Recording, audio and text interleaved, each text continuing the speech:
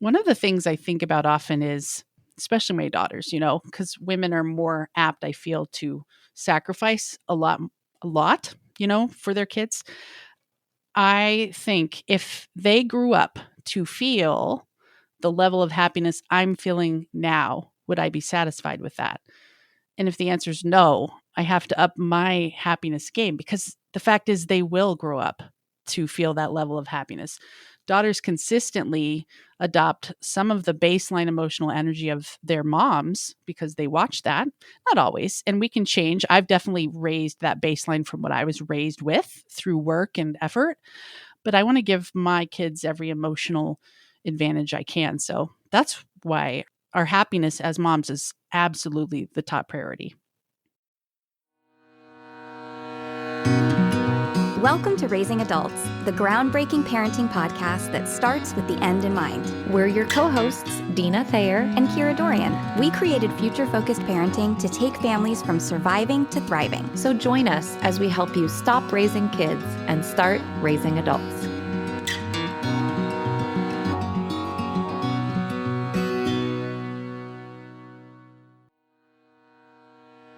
Are you a working mom in the Seattle area? Are you feeling overwhelmed and overloaded? As working moms, we want it all. Career, home, family, friends, health, a nap. But actually having it all is a lot of work. More than any one person can handle on their own. That's why we're so excited about this brand new service founded by a working mom with 4 kids that's going to help moms conquer their never-ending to-do list so they can regain some joy and balance in their lives. How can it help? There are quite a few ways this service can help moms. First, it can help own and manage your schedule, so your schedule doesn't own you. It can help with those pesky home maintenance to-dos that you keep putting off, stuff like researching local pros, compiling quotes, and comparing products. It can also help with keeping up with kids' needs as they grow, stuff like making sure they have clothes that fit, toys they love, and books they can't put down. It can help you put the focus on yourself, at least some of the time, finally making those self-care to-dos a priority and find a little more balance in the busyness. Even help with planning the fun stuff so it becomes less of a chore and more fun. Stuff like birthday parties, date nights, and weekend activities for the family. And they need Seattle moms like you to participate in their private beta for free to help inform the development. Are you interested? Go to yolabs.com/beta. That's YOLABS.com/beta, BETA. The service is normally $100 a month, but you can be among the first to try it out totally free. Only 25 spaces are left in the Seattle area, so hurry and sign up today. Well, hi, everyone. Welcome back to another episode of Raising Adults. Kira and Deana here with you today, and we are well into season 5 now, which is insane for us. I can't believe we're here, Deana. Can you? No, I'm still pinching myself over here under the staircase. So I'm in my laundry room. Deana's in her coat closet. How you doing today, my friend? I'm well, but here's what I'm learning. Now that we're in summer, yeah, I thought, that cold closet is going to feel so good in the summer. No. And I forgot that the reverse is also true when something is not getting access to the rest of the house. So now I'm toasty. It's reminiscent of the laundry room. So you feel like you're back here with me. I do. Yeah, I'm definitely having the deja vu of being right next to your dryer. Wow. Well, and we are inching toward that maybe happening, which is really exciting. That is. I'm going to actually weep the day that you're back here with me in the laundry room. Yeah, I think we'll be a little teary. Yeah. Well, listeners, I am so excited for our topic today because we have Jen Riday with us from Vibrant Happy Women, the podcast, and we are going to talk about how do we get our sparkle back as parents. And I love this topic because I was saying to Deana before we hit record, like I was pretty sparkly in my youth. I mean, I lived a nice life in London and New York City, and I was pretty darn cool. And now I am not. I am not even a little bit cool anymore. And I feel it. I don't feel sparkly at all. So I'm excited to talk with Jen about this. And I think there's a lot of us out there that are feeling this way. Like, what happened to me? Where did I go? So I'm going to read her bio and introduce her, and then we will welcome her to the show. Here we go. Jen Riday helps burnt out, overwhelmed moms get off the hamster wheel and find balance so they can love their lives again. Yes, please. As a mom of 6 with a Ph.D. in human development and family studies and host of the Vibrant Happy Women podcast, Jen gives women tools that work. Tools like the Feel It to Heal It method and the Be Her morning ritual. Jen lives with her family just outside of Madison, Wisconsin, and in her free time, she loves hiking, yoga, and napping. Welcome to the show, Jen.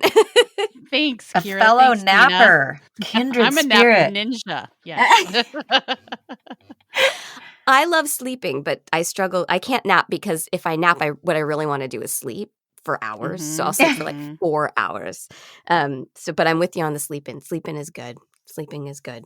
Well, welcome to the show. Jen, do you want to just start by telling our listeners a little bit about you, your family, the work that you do? And then, as I mentioned, we always start our show with the why behind the what and the how. So maybe the why behind this topic for you. Why is it important to talk about getting our sparkle back? Yes, I'm so happy to be here. So first, I want to preface this. A lot of listeners might have heard, oh, Jen has a PhD and she's a mom of 6. She's one of those go get 'em women with the perfect life. And I'm prefacing things right now by saying no. I have 6 very interesting kids, quite quirky and spectrumy, I would say.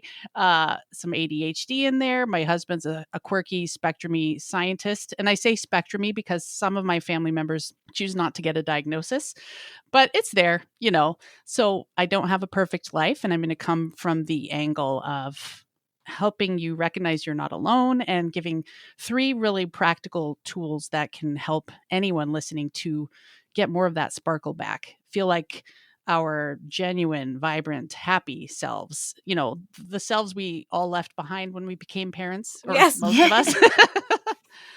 Yeah. Yes. So why I talk about this? Well, for myself, I tried to follow that pattern of what perfect parenting looked like. When I became a mom, I would look on Pinterest and see what a birthday party should look like. I baked homemade bread. Like sometimes I would bake 12 loaves of homemade bread at a time.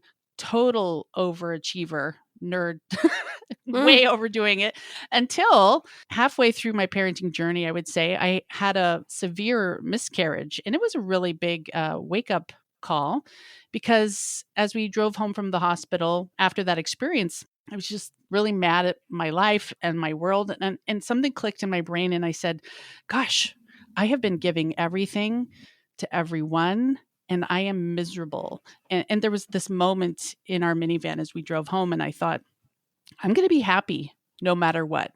And there was just a shift, and everything changed after that. I started prioritizing what I wanted. I started going to yoga classes, telling my husband I wasn't cooking anymore, and all of those good shifts that need to happen for many of us. And then it's an ongoing journey of analyzing the shoulds I'm feeling are relevant, and then asking, are they truly relevant?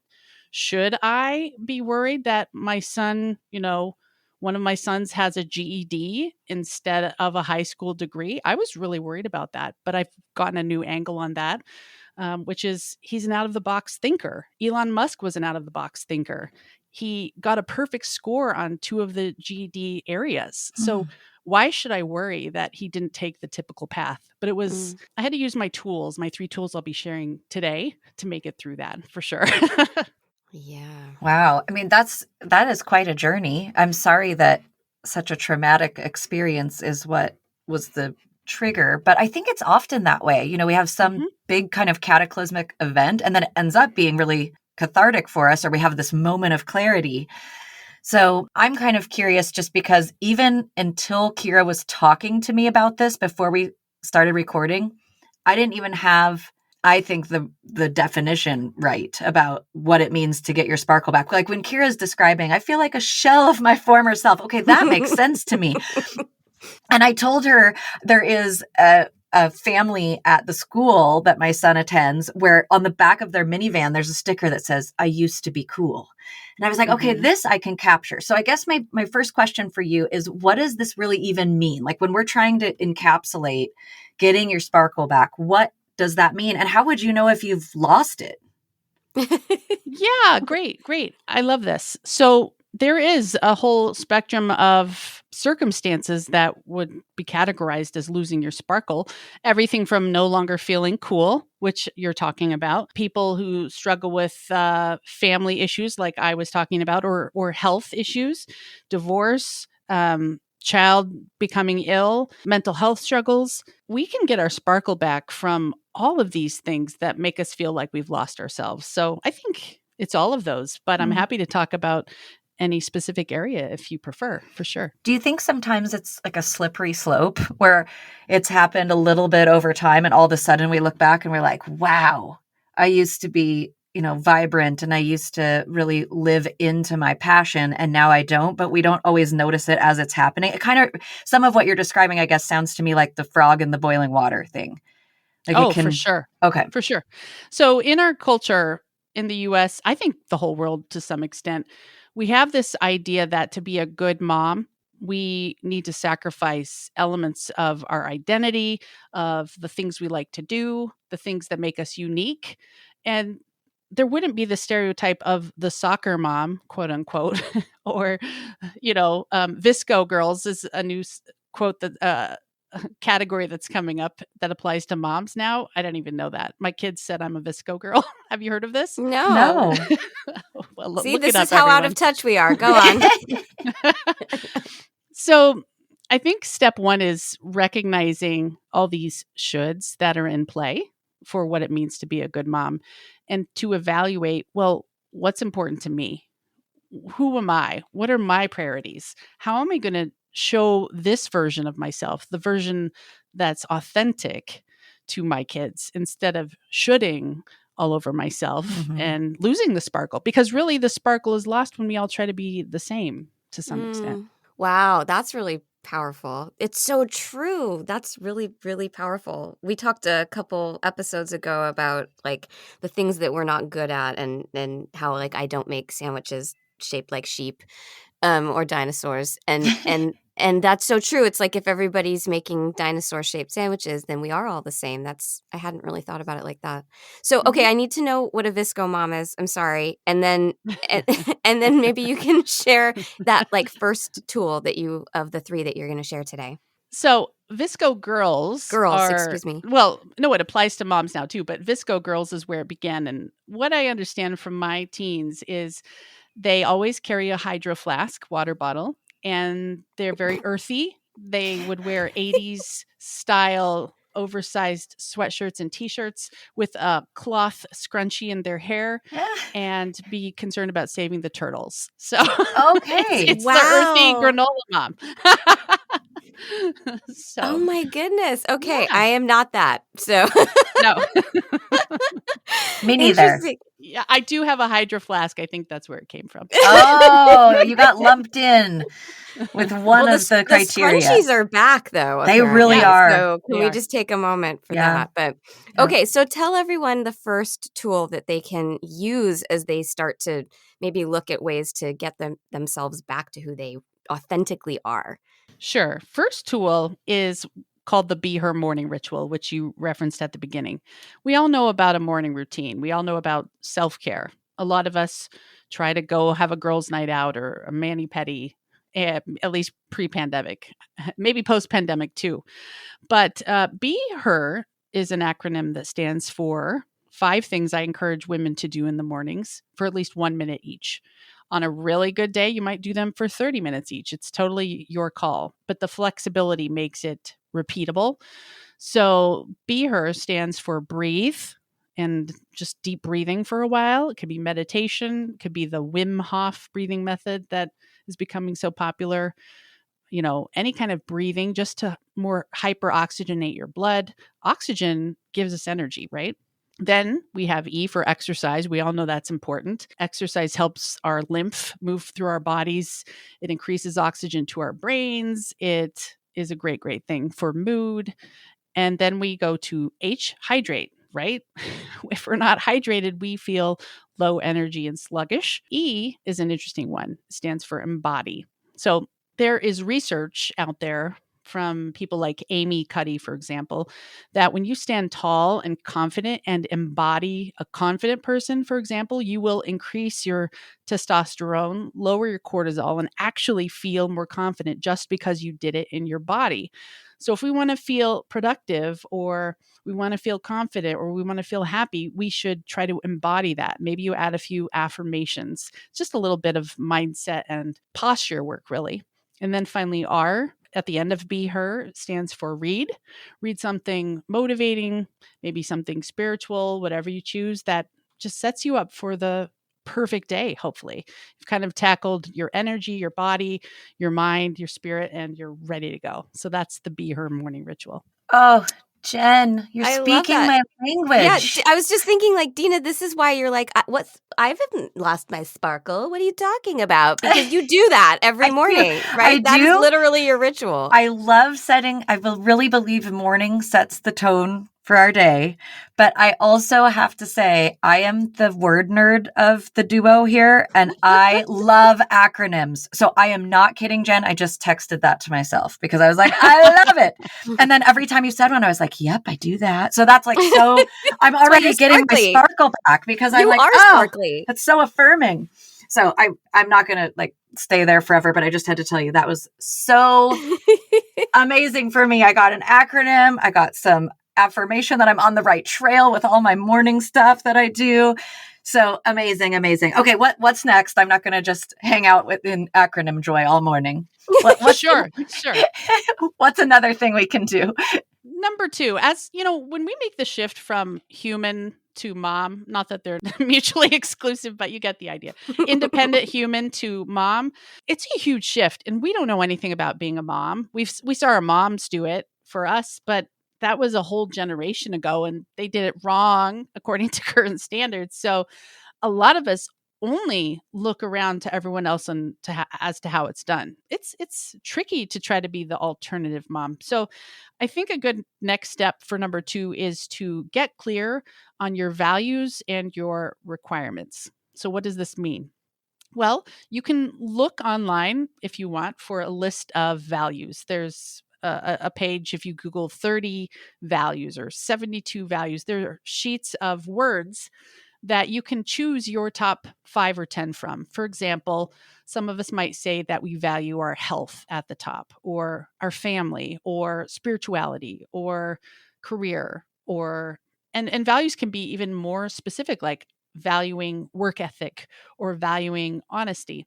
And there's no pattern, there's no template. There's hundreds of words that describe a value. And a value is nothing more than a thought that you ascribe greater importance to than other thoughts. So if you learned, for example, as a child that hard work ethic is everything, and you happen to believe and keep that value as an adult, well, it's a thought you heard a lot of times.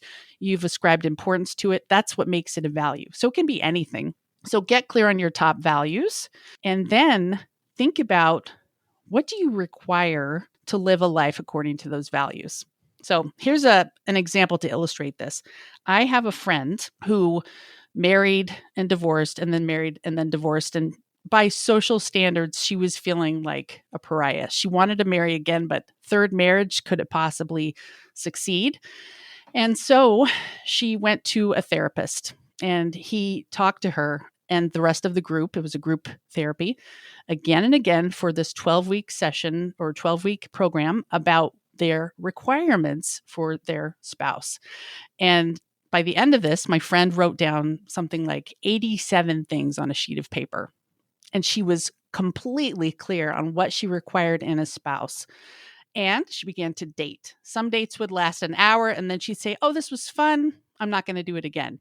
Because she was so clear on what was on that list that she could say no like that. Sometimes a date would be 5 minutes. Sometimes it wouldn't even get past the phone call. But the funny thing is, because she knew exactly what she wanted, the day came when she was out to a meal with a friend and a guy walked into the restaurant. She saw him across the room and she felt this magnetism, as they say. And, long story short, he has 86 of the 87 requirements, and the last one is in progress.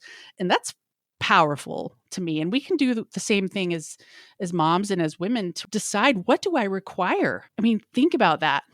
What would it have been like if we had decided, I require 8 hours of sleep? I require one night out alone every week. I require my partner to cook half the meals. I require whatever it is. And to be clear, we can require, we don't have to sacrifice all of that to be a mom. I this is one of those moments where I wish Deana and I were in the same room, because I know what her face looks like right now.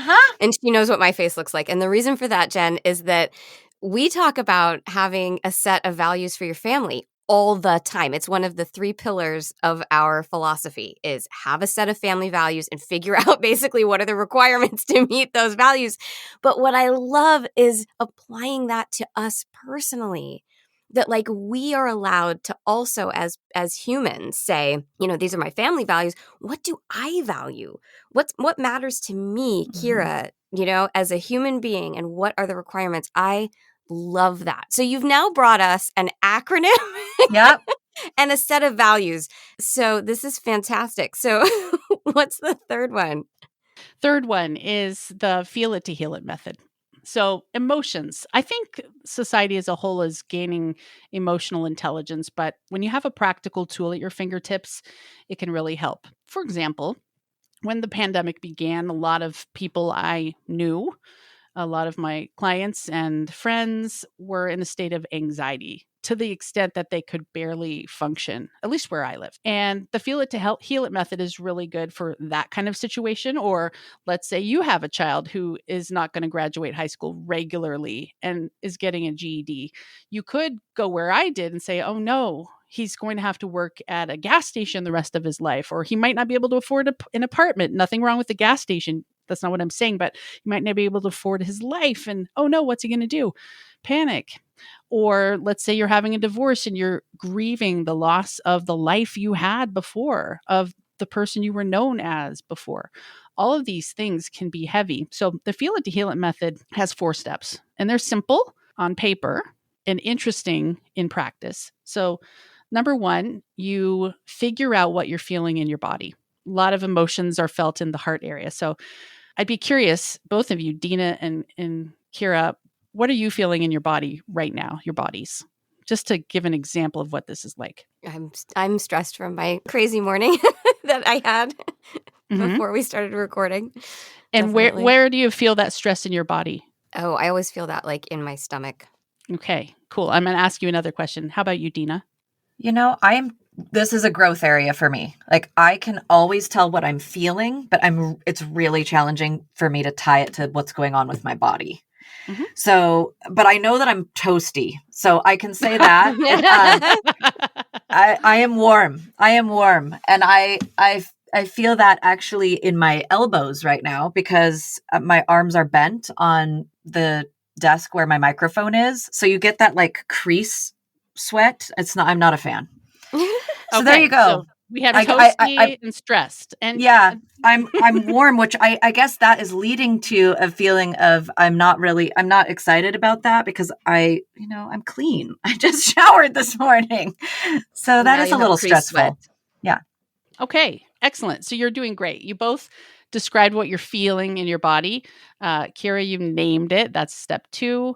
Number 3, you go ahead and just feel the feelings. And one way to do this, and it works well for yourselves, but also really powerful for spouse and kids, just kind of ask yourself questions. If this feeling were a color, what would it be? If this feeling were a texture, what would it be? Does it have movement? Is it trying to tell me something? That's a powerful question. So let me ask you, Kira, your stress. If it had a color, what would it be? Blue.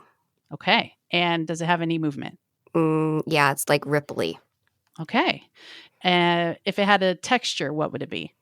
Kind of pokey. Pokey. Okay. Mm-hmm. So that's excellent. She's describing it. Now, the final step is to stay with the emotion until it begins to change. There's a spectrum of emotion. I think I've used the word spectrum about 3 times in this interview, but I love it. There's a scale, I should say, of emotion ranging from the lowest vibe emotion, which is shame. And a lot of people, when they're talking about shame, will describe blackness, no movement, like a pit, empty. and it's heavy. And then it moves up a scale through stress where you're at. It's so interesting, Kira, because you talked about blue. The colors shift as you move up the scale all the way up to, say, love or joy or peace. A lot of people will describe pink or golden or yellow, and they'll describe movement. They'll say it looks like birch leaves fluttering in the wind. And it's fun to do this with your kids, because if you hear your child saying it's blue, you know they're somewhere in the middle of the emotion scale. If they're talking about yellow, they're probably happier. If they're talking about black, often it's a depression. If they're talking about red, it can be anger. Now, not everyone is a visual learner. So you might say, what do you hear? Or what do you feel? Because we have kinesthetic and auditory learners. But anyway, the point is, as you stick with feeling that, it will dissolve and you will shift back to the yellow, the happy, the joy, the positive, the fluffy clouds, whatever it is that you see or feel or hear. And you've just gotten yourself through an emotion. And it's not that bad if you realize it's going to move and shift. So that's the feel it, heal it method. So, Kira, are you now having a I now joyous have everything. moment? I am. Jen, this is wild. I mean, I know you don't know us or our show really well, but this is sort of nuts because I talk all the time about emotional intelligence, and I actually have something called the 3 N's, which is name it, normalize it, nurture it. So cool. Yep. No, I don't know your show. So this is fantastic. It's We're really aligned. very, very aligned. I'm sort of blown away right now. It's wonderful though, because what I love that you've done is you've really taken a lot of the stuff that we share time and time again and applied it to us as our own selves and our own humans. And I mean, what an interesting blind spot for me, like, how do I get my sparkle back? Well, you could just apply the things that you tell parents to do all the time to yourself, Kira. You could do that. So I really appreciate that perspective. Thank you. It's important. And I think a lot of people get to this place where they start applying these tools to themselves when all of their kids are in school or kids are teens, or maybe even when they empty nest. There comes a place when we say, wait, I just did all of that for everyone else, help them manage emotions and feel good. And wow, where am I right now? So it's important. And I have daughters, 3 daughters. I have 3 sons as well, in that order, 3 sons, then 3 daughters. And one of the things I think about often is, especially my daughters, because women are more apt, I feel, to sacrifice a lot, for their kids. I think if they grew up to feel the level of happiness I'm feeling now, would I be satisfied with that? And if the answer is no, I have to up my happiness game, because the fact is they will grow up to feel that level of happiness. Daughters consistently adopt some of the baseline emotional energy of their moms because they watch that. Not always. And we can change. I've definitely raised that baseline from what I was raised with through work and effort. But I want to give my kids every emotional advantage I can. So that's why our happiness as moms is absolutely the top priority. Yeah, that's very, very well said, because if we want them to be happy, we have to model that. And wow, what a powerful question. Mm-hmm. That is a very, very powerful. I hope listeners heard that. Can you actually repeat that, please? Because that's so important to be asking ourselves that question. Sure, I'll try. I don't know if I'll get it word for word. But, you're like, what did I say? I don't remember. Yeah, maybe it was something like this. Is the happiness I'm modeling or experiencing adequate for the happiness I hope they'll have as an adult? If the answer is no, then I need to up my happiness game. Yeah. Wow, I love that.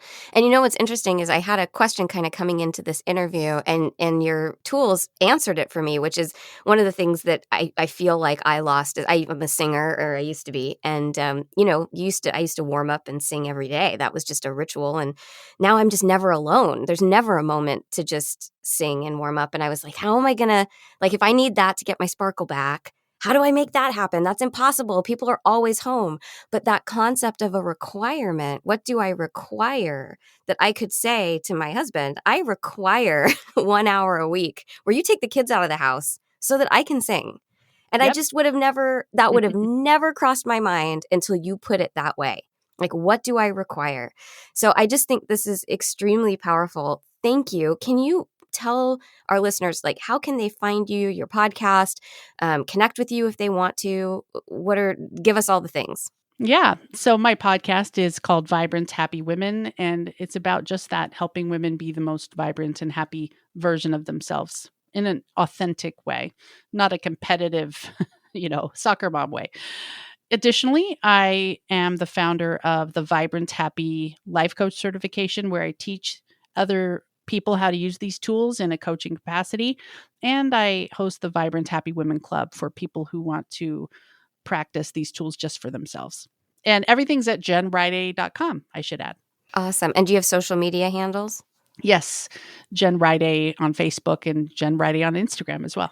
Amazing, Jen. Thank you so much for sharing this with our audience. I know probably both of you, Kira and Jen, have had this experience too, but what struck me is how sometimes if we're hearing something repeatedly, hearing it either from a different person or in a slightly different way is what locks it in.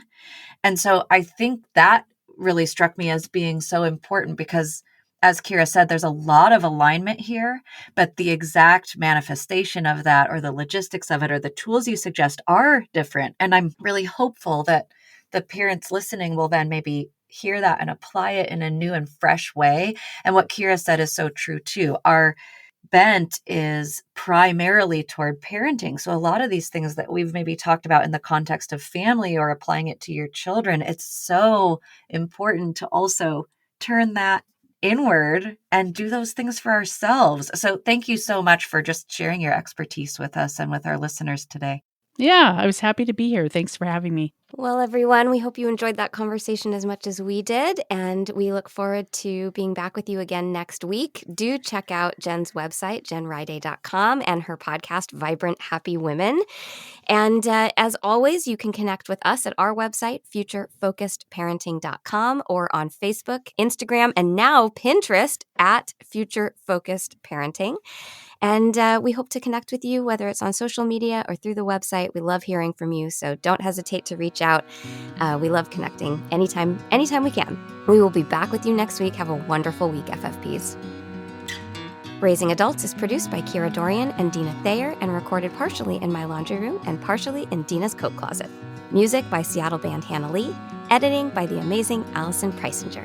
Thanks for listening.